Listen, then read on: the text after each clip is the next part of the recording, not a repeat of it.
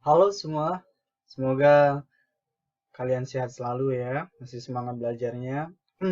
Sekarang kita masuk ke handbook week 2, masih melanjutkan skill 1 yaitu simple present, yang sekarang menggunakan verb, kata kerja. Jadi di week sebelumnya, week 1 kita belajar tentang simple present yang menggunakan to be. Nah sekarang menggunakan verb. Nah nanti kita akan belajar banyak sekali tenses di pertemuan selanjutnya. Nah, selalu akan ada yang bertemu dengan menggunakan to be dan menggunakan verb. Jadi, pastikan kalian benar-benar memahami kapan menggunakan to be, kapan menggunakan verb. Nah, ingat di week 1 lalu kita menggunakan to be saat kapan? Saat kalimat itu tidak memiliki verb dan hanya ada adjective atau noun. Misalnya, she beautiful. Kita tidak bisa menuliskan she beautiful. Kenapa? Karena beautiful di sana adalah sebuah adjective. Jadi harus ada to be. To be dari is, she adalah is. Maka jadinya she is beautiful. Atau he a teacher. Kita tidak bisa mengatakan he a teacher. Kenapa? Teacher di sana adalah noun. Maka harus ada to be. To be dari he adalah is. Jadinya he is a teacher. Jadi singkatnya kita menggunakan to be ketika dalam kalimat itu tidak ada verb dan ada adjective atau noun. Nah, kalau ada verb dalam kalimat itu, maka kita menggunakan verb. Nah, verb itu dalam simple present adalah verb 1 yang digunakan. Contohnya apa saja? Eat, sleep, go, take, examine, watch, see, walk, dan lain sebagainya. Kalau lihat di kamus, adjective, noun, dan verb itu sudah ditentukan ya. Nah, di kesempatan kali ini kita akan belajar tentang verb. Tetapi ingat, pastikan kalian benar-benar paham dasarnya, yaitu to be digunakan ketika dalam kalimat tidak ada verb, hanya ada adjective dan noun. Nanti kalian akan belajar saat dimana to be ketemu dengan verb. Tapi kita nanti saat materi itu ada ya, saat ketemu dengan materi itu. Sekarang pahami dulu, to be digunakan ketika tidak ada verb dalam kalimat dan hanya ada adjective atau noun. Kalau ada verb, ya gunakan verb berarti.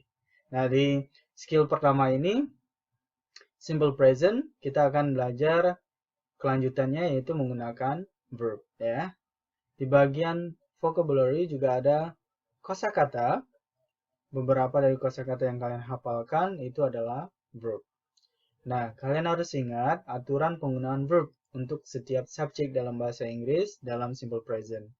Untuk subjek Ayu Dewi itu verb 1, tidak dirubah-rubah. Jadi kalau verbnya eat, sleep, take itu tidak dirubah. Tetapi kalau subjeknya she, he, it itu verbnya ditambah s atau es. Misalnya eat menjadi eats, take menjadi takes, sleep menjadi sleeps, ya. Jadi khusus subjek she, he, it atau benda tunggal, verb 1 harus ditambahkan s atau es ya. Untuk subjek Ayu Dewi, itu verbnya tidak perlu ditambah s atau es. Di handbook ada contohnya, she speaks English every day. Speaks. Kenapa ada s-nya? Karena ada subjek she. The boy always comes with his mother. Comes. Kenapa ada s-nya? Karena boy satu orang. Ya. Nah, ada kapan ditambah dengan es? Ketika akhiran kata itu adalah o, y, s, z, ch, sa atau x. Contohnya misalnya cry menjadi cries, she cries a lot misalnya ya. Fly menjadi flies, time flies so fast. Push menjadi pushes dan lain sebagainya. Ada yang bertanya, by kan akhiran y. Apakah jadi bias? Tetap kalau by itu buys. Tapi di sini kakak bilang ada akhiran oy, ada y di sini. Ada beberapa kata yang memang tidak ditambahkan es, jadi tambahkan s. Dalam grammar di bahasa Inggris itu akan ada pengecualian. Walaupun saya jelaskan, ini akhiran yang ini, itu ditambah S atau ES. Nanti ada kata-kata yang memang dimasukkan dalam pengecualian. Nanti kalian akan berubah terus. Seperti ini misalnya kan, saya mengatakan to be digunakan dalam kalimat kalau tidak ada verb. Artinya to be tidak pernah bertemu dengan verb dalam simple present ini. Nanti akan ketemu di mana kondisi to be ketemu verb. Tapi itu nanti ya. Jadi perlahan kita belajarnya. Kita masuk. Nah, ingat tenses adalah tentang keterangan waktu, tentang waktu. Ketika kita mengatakan sesuatu yang terjadi sekarang, maka gunakan simple present. Di masa lampau, gunakan simple past. Masa depan, gunakan simple future. Nah, dalam bentuk simple present, ada beberapa keterangan waktu yang biasa digunakan. Apa itu? Kita bisa menggunakan always, usually, often, sometimes, seldom, rarely, never. Atau keterangan waktu yang menunjukkan frekuensi, misalnya 3 times a day, once a week, twice a week, dan lain sebagainya. Intinya, simple present itu tentang kebiasaan atau aktivitas rutin. Jadi, keterangan waktunya adalah keterangan yang menerangkan rutinitas. Biasanya yang tentang fakta tidak terlalu membutuhkan keterangan waktu.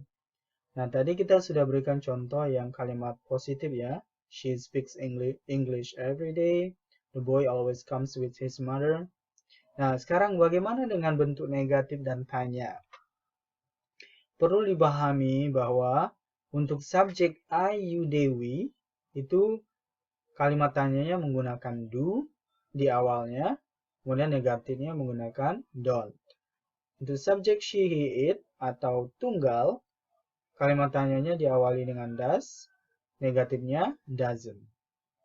Nah, di sini perlu dipahami satu hal, yaitu ketika di kalimat positif, verbnya ditambah s atau es untuk subjek she, it, atau benda tunggal ya. Tetapi di kalimat negatif, dengan tanya, s atau es di verb itu hilang, diganti dengan doesn't. Contoh, kalimat positifnya misalnya, she takes a shower every morning. Tapi di kalimat negatifnya, she doesn't take a shower every morning. Di take-nya tidak ada lagi s. Kenapa? Karena ada di doesn't. Atau misalnya, does she take a shower every morning?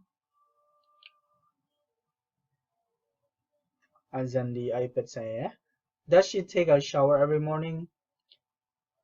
Take-nya tidak ada S lagi. Kenapa ada does? Pendeknya kalau ada doesn't dan does, itu kata kerjanya tidak ada S atau ES lagi. Untuk subjek she, it, atau benda tunggal ya. Paham ya? Nah, di sini ada juga yang bertanya tentang have dengan has. Subjek she, he, it itu menggunakan has. Kalimat positifnya ya, misalnya she has a car. Tapi kalimat negatif dengan tanyanya, dia balik lagi ke have. Kenapa? Karena sama seperti aturan yang tadi, she doesn't take a shower every morning. Itu take-nya tidak ada S lagi karena ada doesn't. Sama misalnya kalimatnya, she has a car, she doesn't have a car. Has-nya balik lagi ke have, karena ada doesn't. Atau does she have a car? Jadi, untuk has itu kalimat positif untuk subjek she, it, atau tunggal.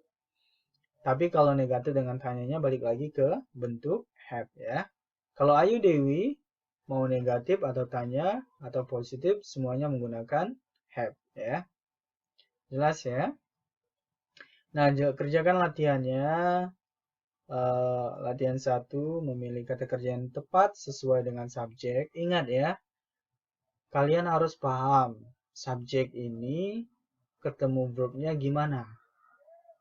Biasanya kalau dia orang, bukan she, he, it, bukan she, he misalnya, atau nama orang tunggal, dan orangnya jamak, maka ikuti yang aturan Ayu Dewi. Misalnya, Andy and Anna. Itu kan dua orang. Berarti dia ikut aturan Ayu Dewi, aturan they, atau aturan we. Karena jamak. Tapi kalau dia satu orang, Andy saja, maka dia ikut aturan she, he, it atau he saja ya. Itu untuk latihan 1. Latihan 2-nya silakan dirubah ke positif, negatif, dan tanya. Kemudian latihan 3 ini ada down, saya tulis di sini harusnya down ya. D-O-W-N. Salah ketik saja. Latihan sendiri buat kalimat ya. Vocabulary ini dihafalkan 5 kosakata lagi. Artinya dihafalkan, buat kalimatnya, fungsinya. Nanti di minggu keempat akan ada latihan yang menguji ingatan kalian. Jadi sudah 5 kosakata, sudah 10 kosakata yang kalian hafalkan ya 2 minggu ini ya. Kemudian listening, ini tema 2 harusnya ya, all about you. Yang nomor 1, who is the teacher talking to? Itu dengarkan yang MP3 judulnya 1. Cek title-nya yang mana dilingkari, yang di panggilannya Mr. atau Mrs. sesuai dalam rekaman. Terus yang ditanyakan apa? Setiap orangnya, kalau last name dicek, kalau occupation yang ditanyakan cek, ya. Yang nomor 2, where do you live? Itu nanti dia akan mengatakan address-nya salah, kemudian dikoreksi, koreksinya bagaimana address-nya, ya. Yang ketiga, where are you from? Letakkan huruf B untuk negara dari mana mereka lahir, dan huruf V untuk negara mereka pernah kunjungi, beserta lamanya, ya. Kemudian nomor 4, train your ear. Train your ear ini tidak kita bahas di temu online. Tujuannya apa? Tujuannya agar kalian terbiasa mendengarkan listening. Jadi dengarkan terus, disering-sering. Ya, bayangkan kalau setiap minggu kalian terus mendengar materi-materi seperti ini. 2 atau 3 bulan berikutnya pasti ada kemajuan di pemahaman kalian tentang listening. Ditambah lagi nanti belajar tentang sekolah TOEFL ya, tentang TOEFL. Oke, itu handbook week 2. Paham ya? Gampang kan? Intinya pahami handbook week 1 dan handbook week 2 adalah tentang simple present. Take away dari sini, hal yang harus kalian pahami dari 2 minggu ini adalah kapan menggunakan to be dan kapan menggunakan verb. Subjeknya apa, ketemu to be apa. Subjeknya apa, ketemu verb yang bagaimana. Verb 1 saja atau verb 1 ketemu yang ditambah S atau ES, dan seterusnya. Itu sangat-sangat penting. Sederhana tapi penting. Kenapa? Di tenses berikutnya juga akan tentang to be dan verb.